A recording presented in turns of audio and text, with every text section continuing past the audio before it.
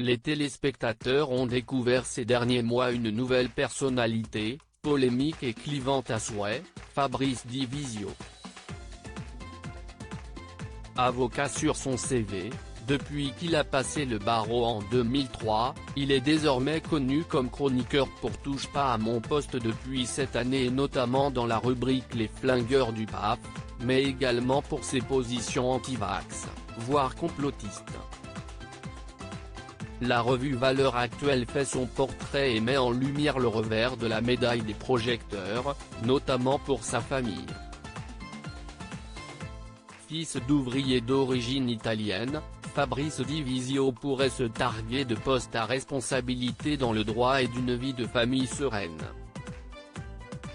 Dans Valeurs Actuelles, on apprend toutefois qu'il a été condamné en 2015 par le Conseil de discipline de l'Ordre des avocats du barreau de Paris. Plusieurs faits lui sont reprochés, dont un mail grossier et violent à l'égard de ses collaborateurs.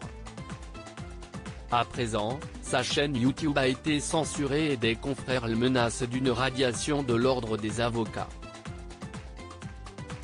Le grand ami de Florian Philippot et fervent catholique peut compter sur sa famille pour le soutenir dans les moments difficiles. Il y a sa femme, l'amour de sa vie et ses 3 enfants. Ils forment une famille fusionnelle. Si est par eux et avec eux que Fabrice Divisio se découvre une passion pour l'équitation, précise Valeurs Actuelles. Sur son compte Twitter, il se présente d'ailleurs d'abord comme un mari et un père. Mais sa médiatisation lui vaut menaces et insultes. Avec sa famille, il vit maintenant sous protection rapprochée, lit-on dans la revue. Je n'étais pas du tout préparé à cela, je ne suis pas fait pour ça, regrette aujourd'hui l'avocat.